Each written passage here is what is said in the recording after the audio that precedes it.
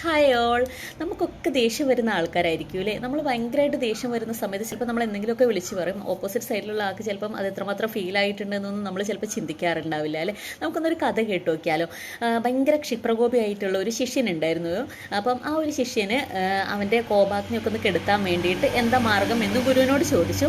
ഗുരുവിനോട് ചോദിച്ച സമയത്ത് ഗുരു പറഞ്ഞു, നിനക്ക് ദേഷ്യം വരുന്ന അല്ലെങ്കിൽ നിനക്ക് കോപം വരുന്ന സമയത്ത് നീ ഭയങ്കര എന്താ പറയുക, കാരുമ്യ കരുത്തുള്ള ഒരു മരത്തടിയുണ്ട്. ആ ഒരു മരത്തടിയിൽ നിനക്ക് ദേഷ്യം വരുന്ന സമയത്തൊക്കെ ആണി അടിച്ച് കയറ്റാൻ വേണ്ടിയിട്ടാണ് പറഞ്ഞു കൊടുത്തിട്ടുണ്ടായിരുന്നത്. അപ്പോൾ ഈ ഒരു ശ്രമം ഫലപ്രദമായപ്പോൾ എന്തായാലും ശിഷ്യൻ നന്ദി പറയാൻ വേണ്ടിയിട്ട് ഗുരുവിൻ്റെ അടുത്തേക്ക് തിരിച്ചു വന്നു. അപ്പോൾ ഗുരു പറഞ്ഞു, നീ ഒരു കാര്യം കൂടി ചെയ്യണം, നീ അടിച്ച് കയറ്റിയിട്ടുള്ള ആ ഒരു ആണികളൊക്കെ തിരിച്ചിങ്ങോട്ട് പറിച്ചെടുക്കുകയും കൂടി വേണമെന്ന് പറഞ്ഞു. അപ്പോൾ ഇതൊക്കെ തിരിച്ചൊക്കെ പറിച്ചെടുക്കാൻ വേണ്ടിയിട്ട് പോയ സമയത്താണ് ശിഷ്യന് മനസ്സിലാവുന്നത് അത് നമ്മളെന്താ പറയുക, ആണി അടിച്ച് കയറ്റിയാലും എത്രയോ ദുഷ്കരമാണ് അത് തിരിച്ചിങ്ങോട്ട് എടുക്കാൻ വേണ്ടിയിട്ടുള്ളത് എന്ന് മനസ്സിലായത്. എന്താ വെച്ചാൽ ഓരോ ആണികളും ചിലപ്പോൾ പൊട്ടിപ്പോയിട്ടുണ്ടാവും, അല്ലെങ്കിൽ വളഞ്ഞു പോയിട്ടുണ്ടാവും, അല്ലെങ്കിൽ ആ മരത്തടിക്ക് ഒരുപാട് ക്ഷതമൊക്കെ ഏറ്റിട്ടുണ്ടാവും നമ്മൾ ആണി അടിച്ച് കയറ്റുന്ന സമയത്ത്. ഈ ഒരു മരത്തടി ഒന്നും നമുക്ക് പിന്നീട് നമുക്ക് ആ ഒരു റെഡിയാക്കിയിട്ട് നമുക്ക് എടുക്കാൻ ഒരിക്കലും പറ്റാത്തതാണ് അല്ലേ? അതുപോലെ തന്നെ നമ്മുടെ മനസ്സിനും ശരീരത്തിനൊക്കെ ദേഷ്യമൊക്കെ കൂടുന്ന സമയത്ത് നമ്മൾ ചെയ്തു കൂട്ടുന്ന എന്തെങ്കിലുമൊക്കെ ദേഷ്യങ്ങളും സങ്കടങ്ങളൊക്കെ വരുമ്പോൾ നമ്മൾ ഓരോന്ന് പറയുന്നതൊക്കെ അല്ലേ?